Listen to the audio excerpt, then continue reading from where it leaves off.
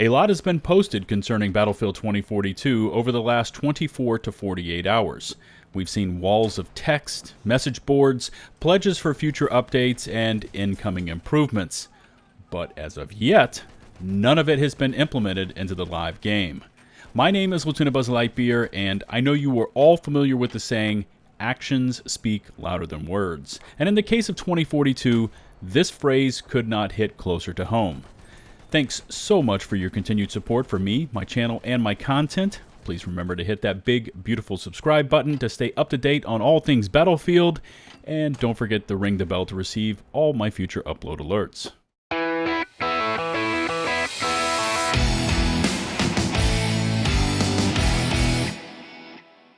So originally the massive, or at least it was advertised as so, update 3.3 was set to go live today, but was pushed back until sometime next week.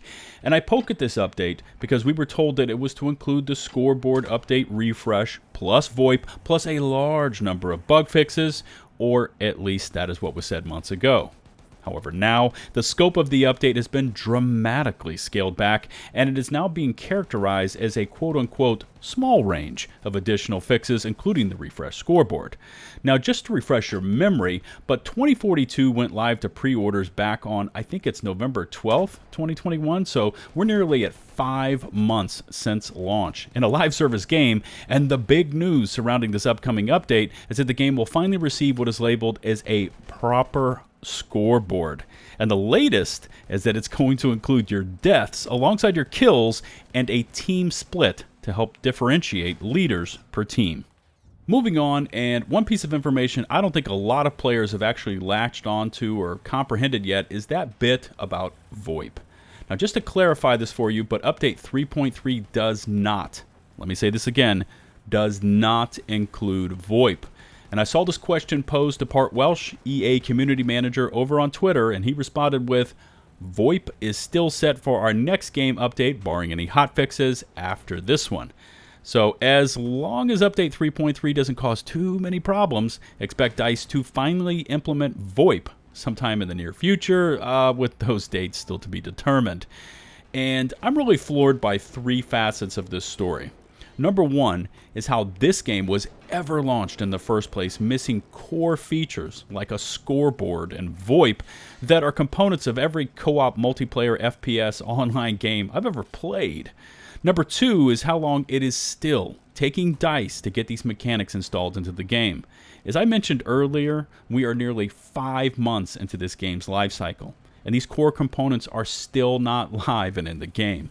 And number three is how DICE now actively pushes to delay features and updates to ensure that they are absolutely ready to go, but they didn't delay the launch of the game. It wasn't important back when sales and the potential intake of revenue was the most important concept, but now it's absolutely essential to make sure that everything is working properly. Alongside the announcement of the scaling back of Update 3.3 and its delay, there was this massive blog post on the EA forums titled Battlefield Core Feedback Maps, and it is broken into 5 subsections: traversal, intensity, line of sight, paths, and cover. So, essentially every last bit of importance when it comes to designing great online multiplayer maps. And many would argue where 2042 missed the mark in every single department.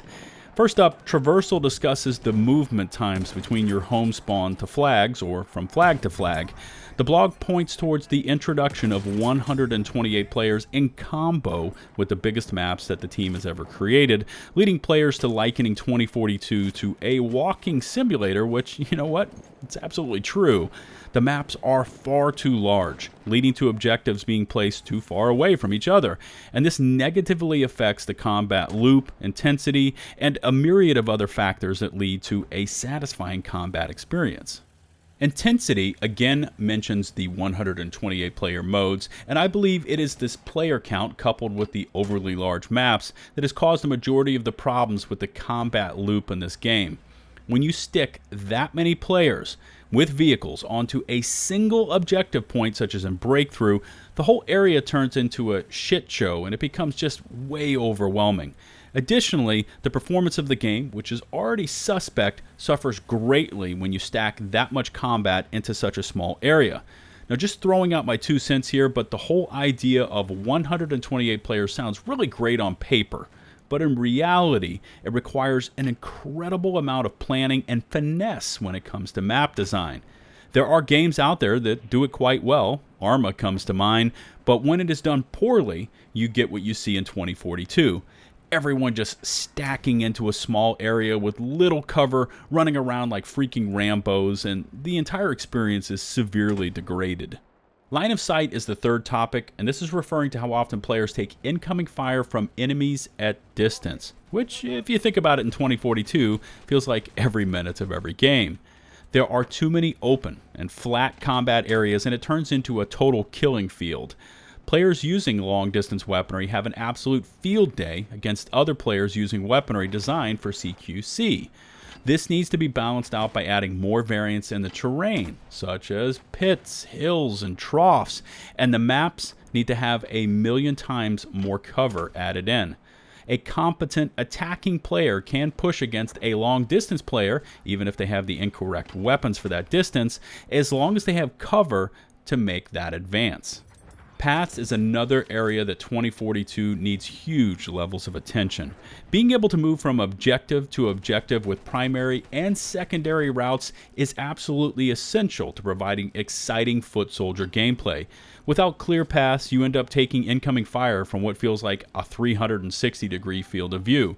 You never know which direction to focus your attention because it's just coming at you from everywhere. Many times you end up taking a bad path to an objective that leads you far too exposed because you don't have any other options. Cover is obviously the final topic, and this one is really evident in 2042 because there just simply isn't any.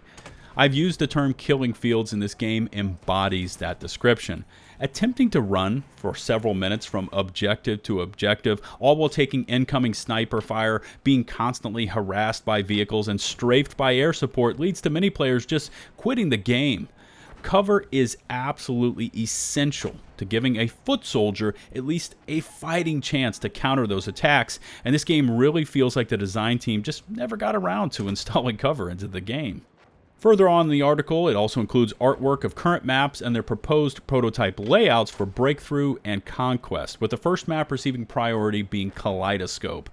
Now, the blog also continues on with identified improvement areas for future map design and points again to the 128 player counts, and then pay attention to this one, the shape of the map outlines.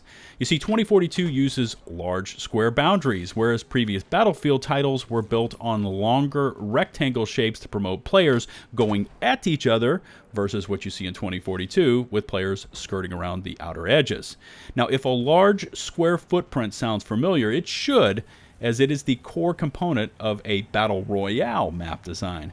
And with 2042, you see what happened when the team attempted to take large BR maps and then quickly shift those maps into multiplayer combat areas. They simply do not work and provide anything but a traditional Battlefield feel to combat flow and pacing. The blog finishes up with this cautionary statement that these changes are nowhere to be seen in the near future, and the earliest one should be expected sometime in summer. So again, nothing burgers being served up by the development team.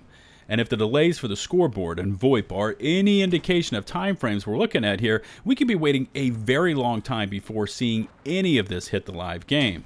Just throwing this in again, player counts are still at the sub 2,000 mark for 2042, with even Battlefield 4 nearly overtaking 2042 on the Steam charts, which is really misleading, seeing as how 4 was not initially sold on Steam.